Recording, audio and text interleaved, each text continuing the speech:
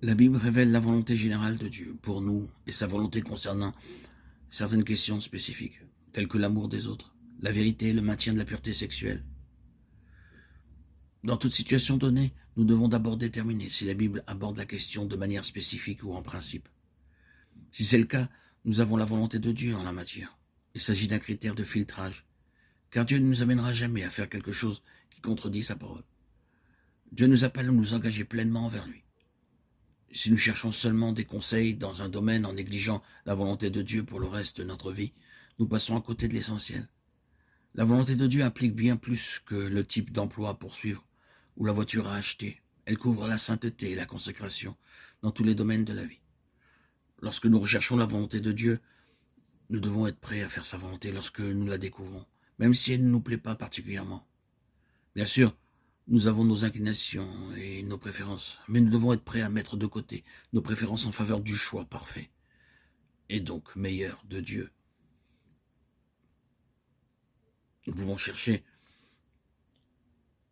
au départ à mettre dans nos cœurs un tel état qui n'est pas la volonté propre à l'égard d'une question donnée. Les 9/10 des problèmes avec les gens se trouvent juste ici. Les 9/10 des difficultés sont surmontées lorsque nos cœurs sont prêts à faire la volonté du Seigneur, quelle qu'elle soit. Quand on est vraiment dans cet état, on n'est généralement qu'à un petit pas de la connaissance de ce qu'est la volonté du Seigneur. Daignons-nous à contre-cœur de faire sa volonté? Désirons-nous plutôt pleinement faire sa volonté ou la nôtre? Et prenons-nous véritablement plaisir à faire sa volonté? Les conseils pieux prodigués par des chrétiens matures peuvent être d'une valeur inestimable pour découvrir la volonté de Dieu. Un conseiller sage, connaissant la personne conseillée et les détails de la situation, fournira une perspective. Les conseils seront basés sur une vérité biblique, solide et adaptée à chaque personne. Le bon sens est quelque chose dont tout le monde a besoin. Et peu de gens l'ont et personne ne pense en manquer. Le bon sens joue un rôle dans une grande partie de ce que nous faisons. Nous ne devons pas faire confiance à l'intuition ou à la sagacité naturelle au détriment d'autres choses. Mais nous ne devons pas non plus ignorer la capacité que Dieu nous a donnée d'analyser et de raisonner.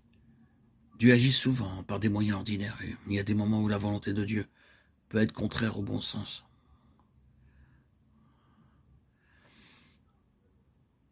La plupart du temps, adopter une approche raisonnée est sensée et conforme à la piété. Nous sommes les intendants de tout ce que Dieu nous a confié.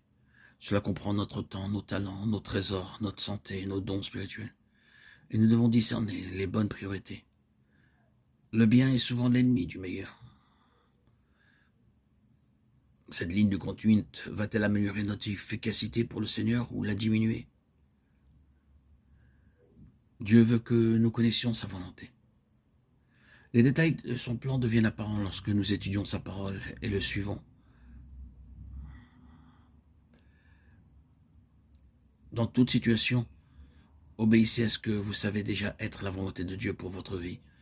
Jésus a dit, « Or la vie éternelle, c'est qu'ils te connaissent, toi le seul vrai Dieu, et celui que tu as envoyé, Jésus-Christ. » Jean 17:3.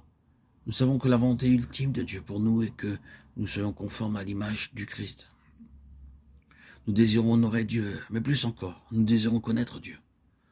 Nous sommes convaincus que celui qui a commencé en vous cette bonne œuvre la poursuivra jusqu'à son achèvement pour le jour de Jésus-Christ. Philippiens 1:6. Hébreux 13:21 nous offre une prière et un défi. Que le Dieu de paix qui a ramené d'entre les morts le grand berger des brebis, notre Seigneur Jésus par le sang d'une alliance éternelle, vous rende capable de tout bien pour l'accomplissement de sa volonté, et qu'il accomplisse en vous ce qui lui est agréable par Jésus-Christ, à qui soit la gloire au siècle des siècles. Amen.